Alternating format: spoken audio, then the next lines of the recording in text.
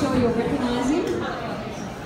World Endurance Champion, 3-time ASBK Champion, and he wants to let you all know that he's on TV tomorrow from 1 PM on SBS. We're actually on together, yeah. But Steve, obviously, if anyone knows, 12 years overseas, a veteran, you know how hard it can be to get over there and some of the hiccups along the way. Can you share your experience with us? Yeah, I mean, I'm really, I'm just, when I look around the room here, the amount of support that everybody's here to give Tom, I mean, it means a lot to us up here to see that for a start, that so many people are getting behind him. And I mean, you must be blown away, Tom, the support that you're getting from the locals, from all around the place. So firstly, thank you for everybody to come here. I know how hard it is to live your dream, so does Wayne. He's been there too.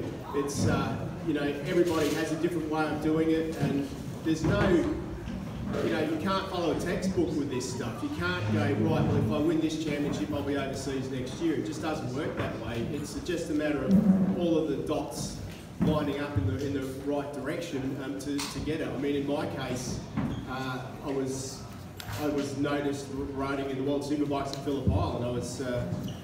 I crashed. Probably I was heading for a podium as a privateer rider in the wildcard race, and one of the guys noticed me, and from that he invited me overseas, and I did a test for them over there. That was a year later, and it just stuck in their memory that, oh yeah, that guy could ride. So I went over there, and they said to me, basically, well, Carl Fogarty, I don't know how many people know who Carl Fogarty is, probably, hopefully a few, the old World Superbike champion. They said that, his lap record is this. So that only meant one thing. I had to basically go out there and, on a track that I didn't know, just close my eyes and hope that I pulled it together, which I don't know how I did it, but I finished the lap, and as soon as I came in, they were pretty wrapped. I probably fluked it, but that fluke gave me the opportunity to live overseas with my family for 12 years, and I really hope that Tom gets to do the same thing. Everything's right for him. He's ready to go. I mean, I look at a lot of guys, and I think, well, you're racing overseas, but you're not gonna do it because and Wayne will know. You can look at a guy, you know when they're ready, and you know when they're not. Tom's ready to go. He deserves the chance. Did you?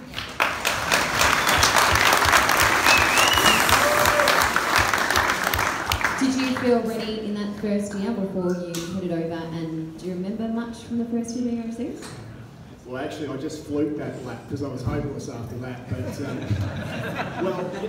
for me, it was, when you first get over there, it's, I couldn't believe it. I rocked up because, I'll give you a bit of advice now, right? Well, probably too late now. What you put on the end of every time you sign something is you say, and a motorhome, because that'll save you a lot of money. So that's what we did. I put, oh yeah, and I'll need a motorhome. So there I was, I got off the plane, they dropped my motorhome off. I didn't even have a kettle or anything, but I was driving my new motorhome, and I was feeling pretty good. I didn't know where I was going because we didn't have GPS or anything back in those days, but mobile phones, I don't know when you too. Yeah, always, yeah. And so it's an experience, I wasn't as young as you when I went over there. I was still very green. Everything that we did, I remember picking Sandra up from the airport. We were in and around Italy. We lived in that area to start off with, and we thought, okay, let's order some food. And we didn't even know how to say anything but pizza, so we ordered pizza and bolognese. But the more you're over there, the more you learn the language, and the more you integrate, the easier everything becomes. So I know you're living with Ben over there, and I guess in England, is that where you guys live? So it'll take you a little while to pick up the lingo over there, but England's a great place as well. We spent a bit of time over there too. So once again, just the best of luck. Give it everything that you can, and as I always tell my kids, never give up.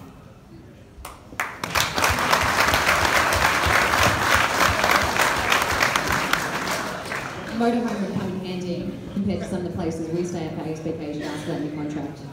Well, actually, I don't need one because I live 5 minutes up the road. That's the other thing I've got to say. We need to get this kid out of the country so the house prices around here go up. And the after parties at Steve's. Thanks. Just one final thing, Steve. Obviously, a new challenge for you. How are you enjoying your brand new TV career? Well, I'm not going to say it's that brand new anymore because I've been doing it since '07 or something. But ASBK, well, once again, because I used to do the commentary for the World Superbikes for many years. Then when I came back to Australia, because I was travelling from Australia to all the events, and it was just too hard on myself and on my family. So I got home and I was lucky enough, I got the call 3 or 4 years ago now for the ASBK. It was in a dire situation then, but you know, the people at MA, they did a good job in getting it in the right direction. We've got TV now. It's televised on Fox, it's televised on the SBS as well. We've got names and faces. Part of the thing that we like to do is that Emma and I host it now, is we like to, you know, let you see more. I know he's not the prettiest looking guy in the world, but you know, more of Wayne Maxwell, what he's about, all that sort of stuff. I think the racing's great now, and I get a buzz out of it. Like, it's something that gives me a buzz. I'm obviously too slow and too old and too fat now, so my son tells me to ride anymore. But you know, it gives me a buzz like I'm riding. I can live my youth through these guys. So yeah, I love it. Thank you, Steve Martin, ladies and gentlemen.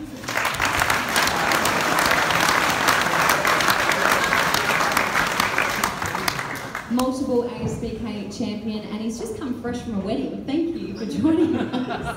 Had a few, no? Wayne, I guess the first thing I wanted to ask you was, you've obviously had a fantastic career so far. You did do some time here and there overseas as well. What is your advice to Tom? Yeah, look, I've been lucky enough to guess over the, you know, especially the last year, to spend, you know, so much time with Tom. We spent a bit of time training and riding together.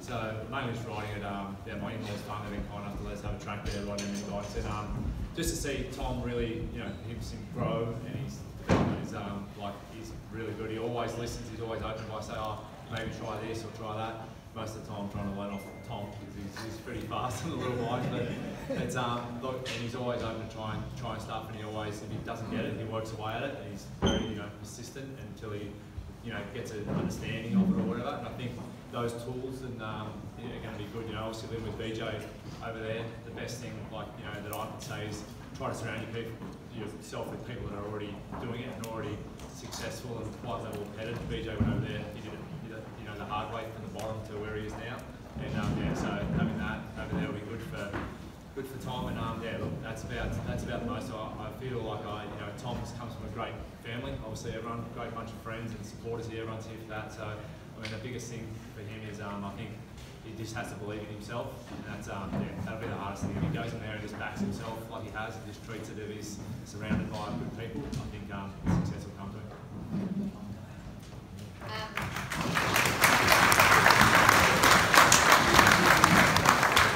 So you guys have got quite a bromance going on at the moment. You train together once a week, I've heard. There's a bit of a battle going on. He wants to know if soon you are going to let him win. I've got a brand new fantastic Suzuki motorcycle just last week, and yeah, it's made all the difference for me.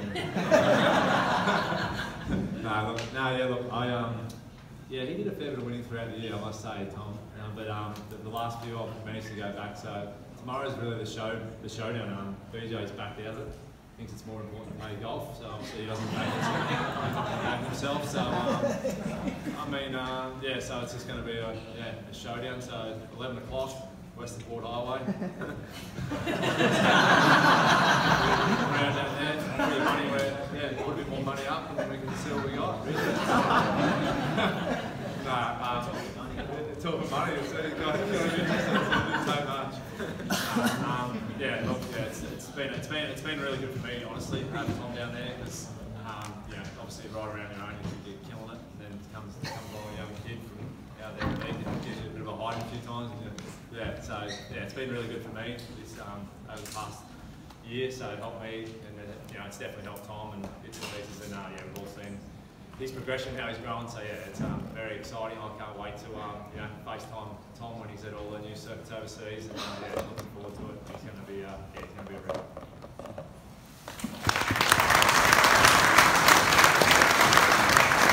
He's very lucky to have mentors like you who have been in around it for so long. 11 AM, like, this is his going away party. Leave the poor kid alone, let him have a bit of a night. And just finally, a lot of people in the room want to hear Wayne, obviously, with Team Suzuki X-Star now, looks like it's going to be, just tested recently, it's going to be a big 2019 for you.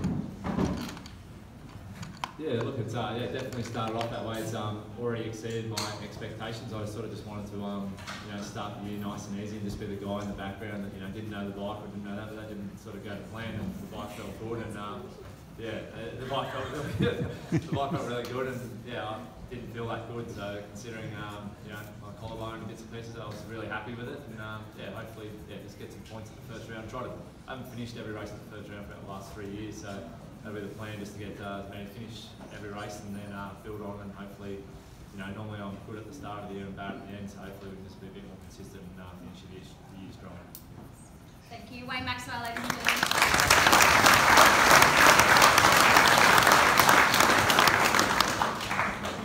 Ben Currie, soon to be roommates of Tom. Second in the British Superstock 600 2015, third in the British Supersport 2017, second in 2018, and this year debuting your British Superbike on a factory Yamaha. Fantastic news, congratulations.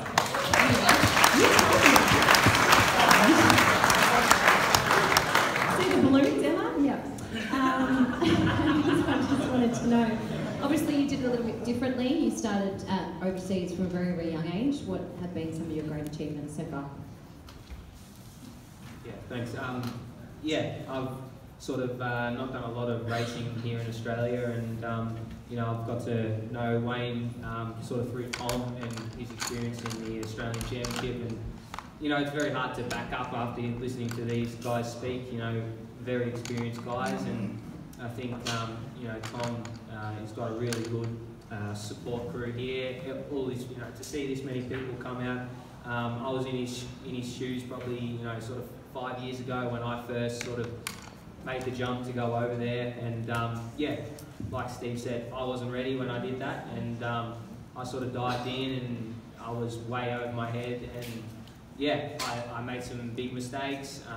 My family sacrificed a lot for me to sort of get there, and I did it probably the hard way, and it's really good to see me and Tom have we've had a dream for a long time to live in Europe together and race motorbikes professionally, and we've always talked about it like it would be pretty cool, a pipeline dream, and as kids just growing up, we're really good mates. He's one of my best mates, and to be able to do that now is really, really exciting. Even for me, after sort of 5-6 years over there, it's really exciting to see that and see him grow into such a professional and really, really strong rider. Like Wayne said, he gives him a touch up down there in Granny. So it's really good and exciting to see, definitely. What has I'm Italian, I've got a loud voice. What's the experience been like for you for the past 5 years living overseas? Yeah, like I said, it's been really tough, and I've had to learn a lot. Me and my dad went over there when I was 17, and he spent 2 weeks over there with me, and sort of just dropped me off and said good luck, and it was something like that anyway. That'd be Dino. I lived, I thought this is the best thing ever. Like, I'm 17, I can do what I want.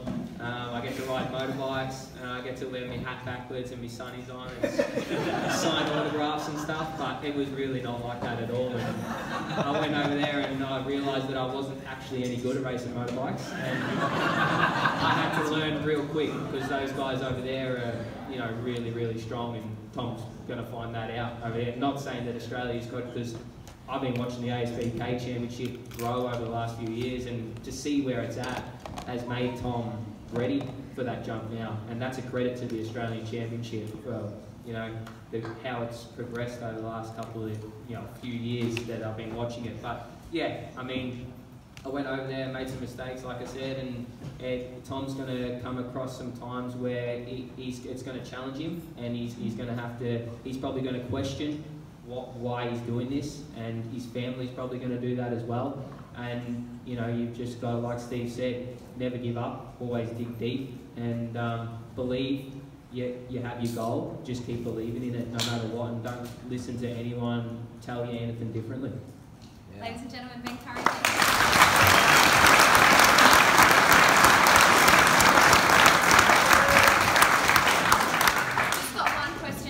from Tom, and the first for you, Ben, is what are you most looking forward to living with Tom, and what are you dreading?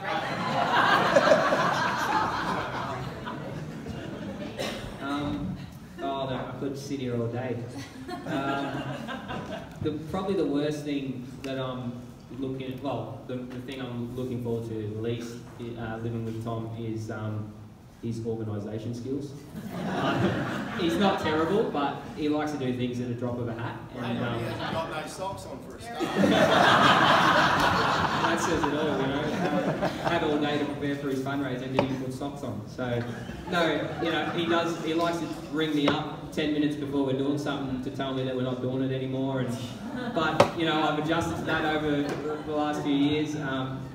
Probably the thing I'm looking forward to the most is taking chunks out of each other in the gym and battling everything we do, because everything's a competition, no matter if it's cooking the best scrambled eggs or if it's, you know, and he's got a lot to learn, obviously, because I beat him in a lot of things, so. But he's coming strong. But no, I'm looking forward to the healthy rivalry we've got and actually seeing him grow over there, for sure. So 10 to 11 tomorrow, you're going to get the text saying he's not coming. Wayne, your question, obviously you just made a switch of teams like Tom. What are some of the positives and negatives of changing teams? I don't think that. I think Tom has to go into it with an open mind. The whole thing always, things are going to be different over there. They're not going to do it how Tom and Trev and he's had that. So you just have to open mind, and always if they want to try something, just be willing to try it, go down that road, and if it doesn't work, always be positive about how it didn't work and how you can help them to make it better, rather than just saying it's a heap of shit. No, right. You've done before. Yeah, no, 100%. I've done it plenty of times.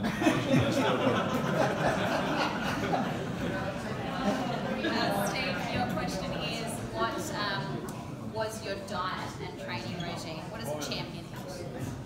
No,